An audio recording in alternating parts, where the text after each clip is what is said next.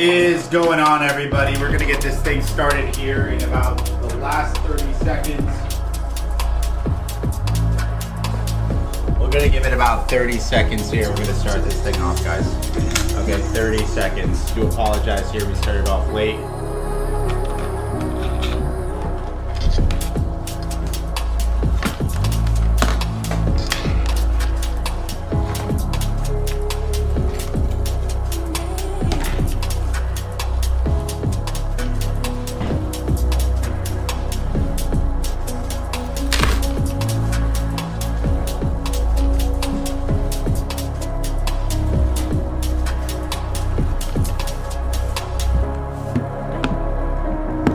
Okay guys, let's get this thing started here. So let's go over the market here. What we're gonna go over specifically is going to be, okay, let's go in depth with Forex Factory here.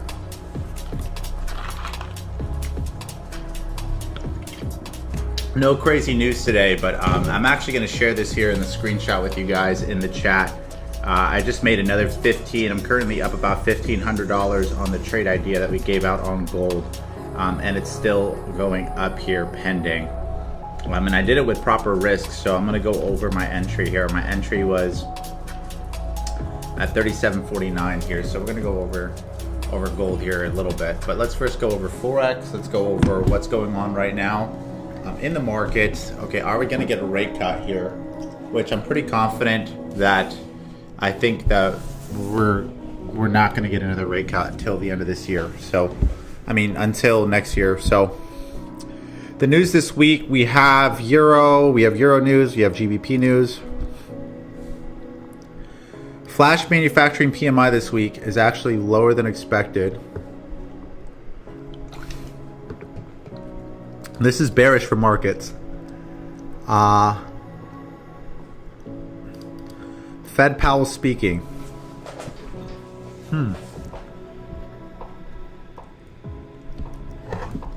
I would be very careful here, guys.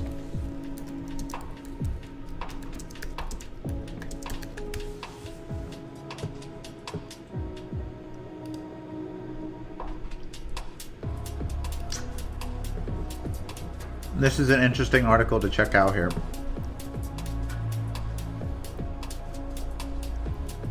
How much and how fast is the Fed going to cut rates? That's really the goal here to figure out. For me, I'm very curious here.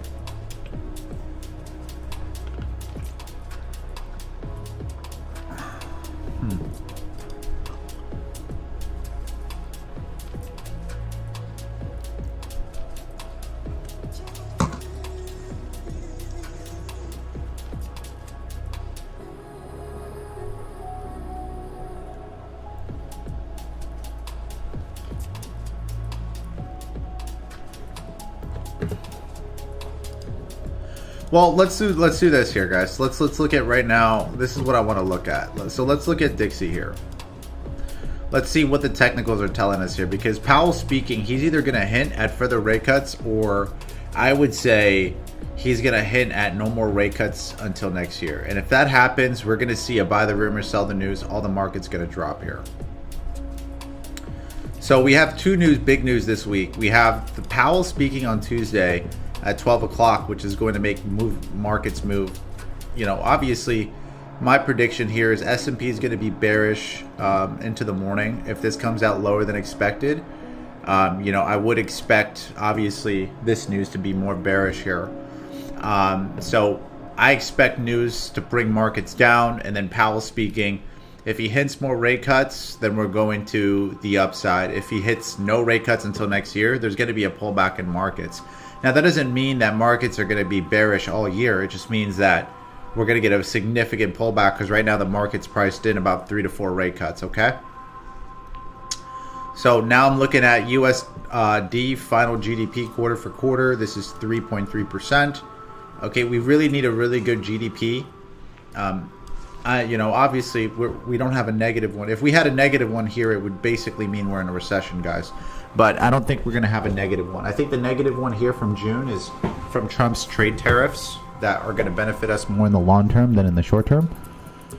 So that's why I think that this here was as bad as it was, okay? The market's expecting this to come out a lot more bullish. A lot of gross domestic growth, okay? Just so you guys are aware too, if you guys obviously want more update on news here, or I would say if you want like to be able to really break down news to a T and understand it, I would say greatly just go into the fundamental sections here in the VIP side, and you'll be able to get access to a full-blown fundamentals course. I just finished it right now. In that course, I'm breaking down everything, guys, from obviously I would say it's about 5 hours of fundamental trading, right? We're breaking down what is macro, you know, indices, circular flow. We're breaking down GDP, NFP, unemployment, jobless claims, CPI, PPI, PCE, consumer spending, ICM reports, bonds and yields, sentiment. What is sentiment analysis? Retail sentiment, recession fearing and inflation fearing, market psychology and herd behavior, fear and greed index, options, how to read the VIX, on-chain metrics, news and social media. So all this stuff here, guys, all you got to do is go into the VIP section. You'll be able to get access to that as well. Okay, but now let's go back to markets here. And let's check out what's going on here. Final GDP. Better than expected. This should push markets here. Unemployment claims coming out higher. This is bearish though, so we should see a turnaround. If this comes out bullish, we should see markets push to the upside here, be very bullish. If unemployment's come out worse than expected, you'll see some volatility moving back and forth, but GDP outweighs unemployment claims. This number comes out weekly. Core PCE price index, this is huge. Okay, the Fed usually hikes or cuts rates based off this number here. They care about more about this number than anything else, okay? This is the number that they care about the most. Okay, so I would definitely check this out, 100%, okay? Make sure you're checking this out without a shadow of a doubt, so that way, okay, if this number starts to go up, it's going to give the Fed a bigger reason not to cut. So this is a big week, guys. We have GDP. Okay, we have GDP news, flash manufacturing PMI, which is huge. And we have Powell speaking, so he's going to either hint at more rate cuts this year or no more rate cuts, and that will obviously adjust a lot of markets. Then we have final GDP. This is huge because this gives us an idea of whether or not, if this is negative, let's say in some black swan event this is negative, we're technically in a recession, and the markets will showcase that. Unemployment claims lower than expected. Core PCE here. This is huge because the Fed bases all their inflation rating not just off CPI, but they base it primarily off core PCE price index just because it's a little bit more accurate sometimes. So this does play a big role. Okay. Then obviously next week we don't have really any crazy news other than NFP, which is going to dictate the whole market. So now let's look at what's going on here with Dixie. Let's look in depth here. What's happening? Okay, I don't really like the 4 hour here.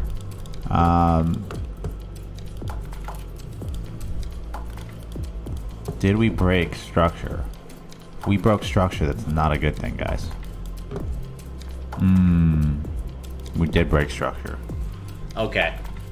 So a break of structure like this, guys,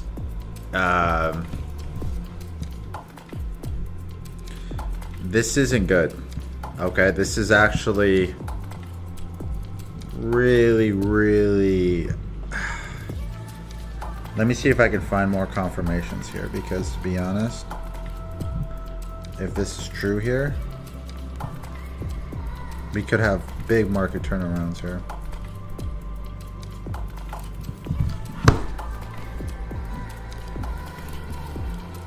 The daily looks great though. Even the daily actually.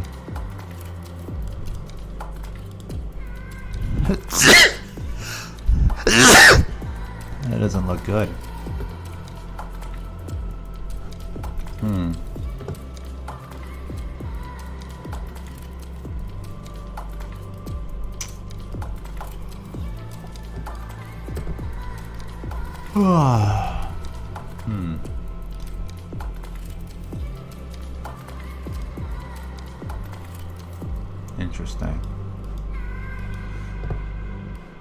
I mean, we broke this indecision candle, so Powell speaking tomorrow is gonna be, dude, this week is gonna be crazy. Okay, well, we're gonna be, I see markets moving to the upside here. The reason being is because, yeah, I just sneezed. I'm sorry, guys. So 4 hour is my most trusted time frame. The one thing I don't like about the 4 hour here, I'll be honest with you guys, is this right here. You see that? I don't like that. It's technically considered a break of structure, and usually that would make Dixie more bullish than bearish. That means it's more bullish. That means if Dixie goes up, markets go down, remember guys, and crypto goes down. Okay, but this is the thing. This is the good news here. We broke this area here, this indecision. Because we broke that indecision, nothing's stopping price here. You see that? That imbalance here has to be filled. And because it has to be filled, price is most likely going to be attracted back to this zone here. So because of that, I'm expecting in the short term Dixie to be bearish, which means markets are going to be bullish here. Okay. So this week I'm expecting us to at least come back down here or come back down and retest these lows. From this area here, this looks like straight wick off. I mean, what does this look like? This looks like a schematic one, guys. Spring move, impulse correction, impulse, right? Third wave. You see that? You see that Elliott wave, guys? Impulse correction, impulse. Alright? Elliott wave theory. So, yeah, a lot of internal liquidity sweep, but a lot of external liquidity sweep too, Joseph. You see that? That's external liquidity. This is external. So they're killing external liquidity. They're manipulating markets to kill external liquidity, and they're killing internal liquidity here on Dixie here. This right here is bearish. Nothing's going to stop Dixie to the downside. So tomorrow I do expect markets to run to the upside even more. When you look at that, man. So S&P pulled back, obviously, Friday. Ran to the upside here, which was great. Pulled back again, Monday open, full extension to the upside. So this one was good. Really good trade here that I called out on, what was it? You guys can go look at the recordings. Thursday, I talked about this. Really good trade. And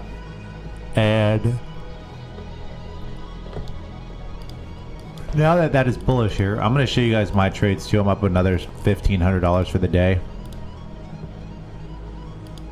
Could that liquidity sweep on the bottom be an inducement? It could be. I don't really trade the inducement theory level idea.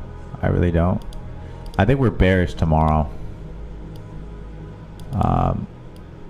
Here I'm interested to see what price does here, but I think we're bearish tomorrow, guys. I'm not gonna lie to you.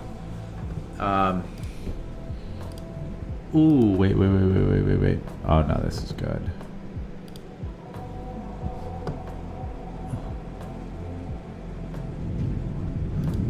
It affects BTC Gold tremendously.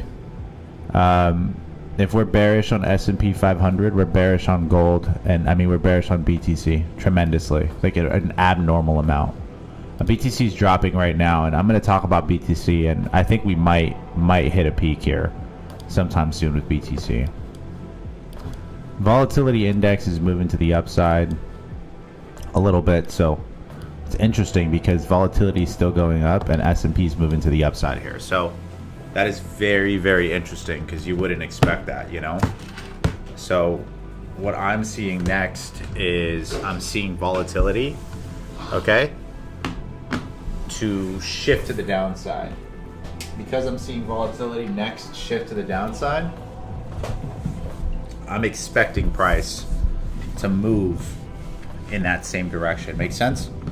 So if volatility moves to the downside here, okay, if volatility here moves to the downside, I'm expecting price to also rally. Usually they're uncorrelating pairs. Make sense? Let's look at gold here. I want to look at gold specifically. This is good.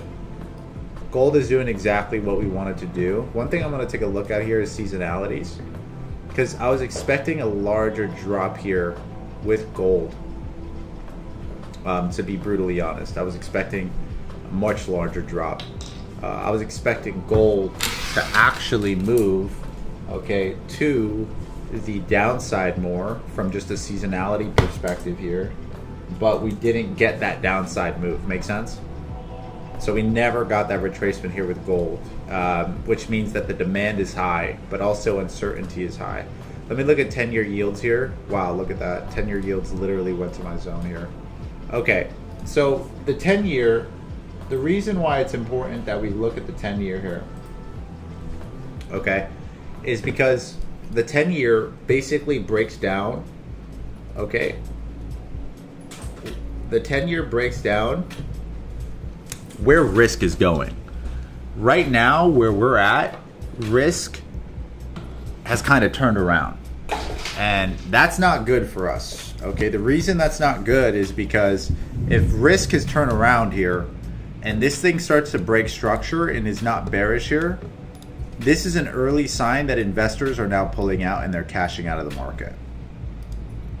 And this is still, okay, it's technically a bearish order flow in a bullish market. So technically, this thing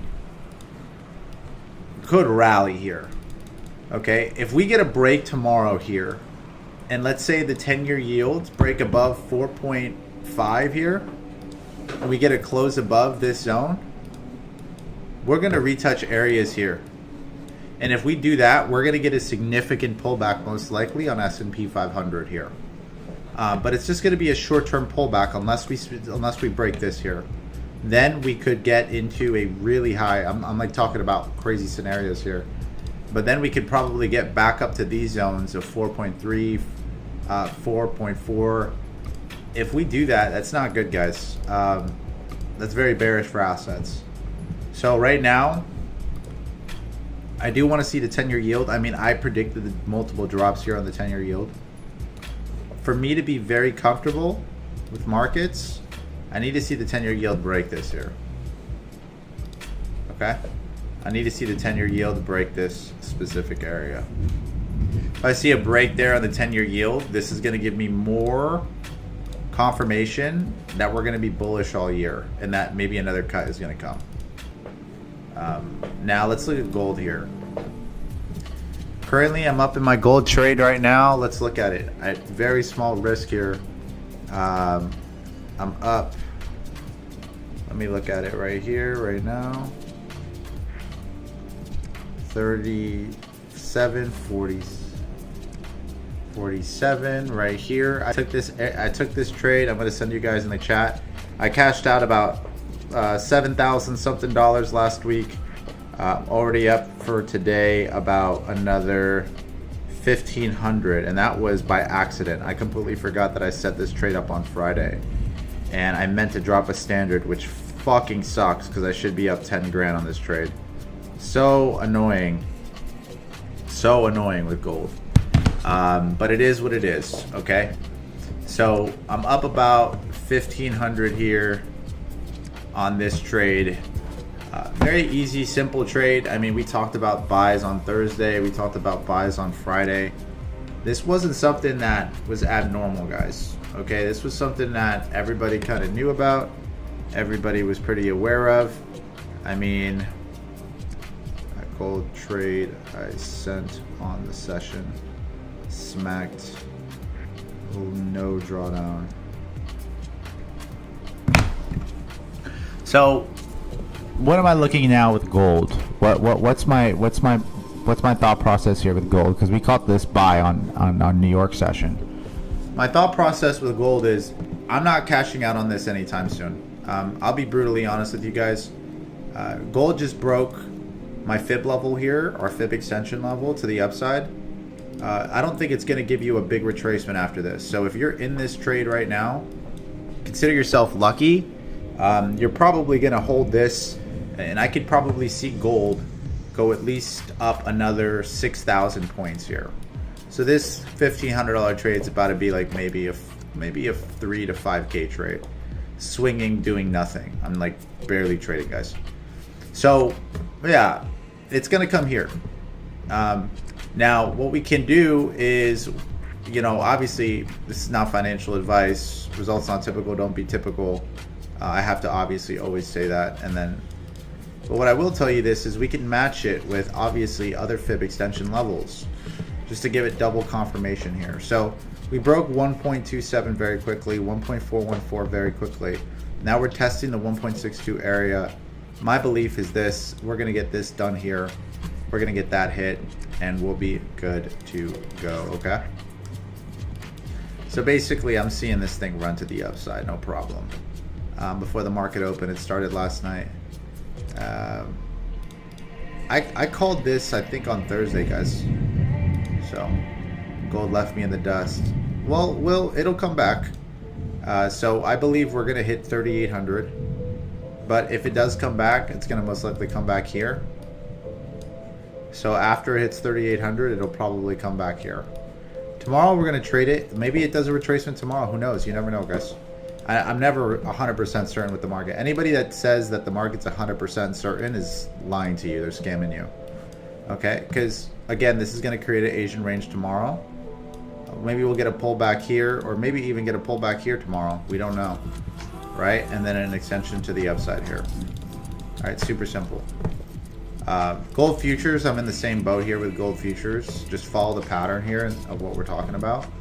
Tune into New York tomorrow. GU, I haven't been really looking at too often, too much. I did look at it being bearish. I did want it to be a little bit more bearish here. I was looking at certain areas that might be interesting for potential buys. This was a couple weeks ago.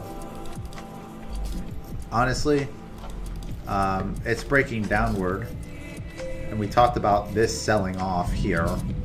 I just didn't think this would sell off as much as it did. So what am I looking at now? You got a daily break here.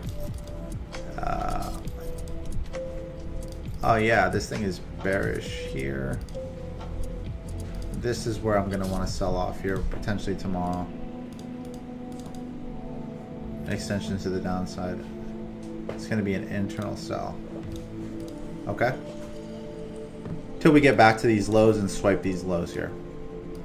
So that's my next area that I'm targeting for GU. Let's talk about crypto now. Oh shit, crypto looks fucked. I'm sorry, guys. That does not look good. Interesting. Well, it doesn't look too bad. We respected the zone that I have marked up here. I've marked. It's crazy because what day did I say it? I think it was. You guys can go look at the recordings here. This is why I love that the sessions are up here. I did say that like this I don't like, and that we're most likely, if a pullback's coming, it's coming here. So I did tell everybody last session, you know, I did say to everybody, hey, the total cryptocurrency market cap, it looks like it's going to come here. And this would present to you good buying opportunities. And it's crazy because look, we have it down to the wick here. Look, I called this area here on the daily. I said we cannot break this, because if we break this here, oh, Bitcoin's coming down. The market cap's coming down all the way down here. Okay? And we're probably going to break these lows or retest these lows.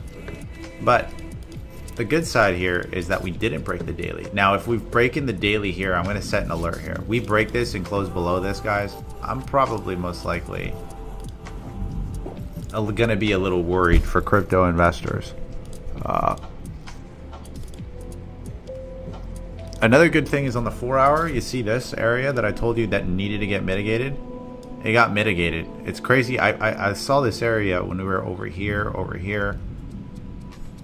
I saw this area back in the beginning of September, actually. Interesting. It does look bearish. To be honest, it looks like it is going to break. So if it does close below, guys, just be aware. The market's going to drop more, probably more significantly. It's probably going to drop all the way over to this zone here. So I can show you where it's going to most likely go. Wow, holy shit. Okay. This is interesting. Did alts just top? Yeah, alts hit all-time high. When did alts hit all-time high?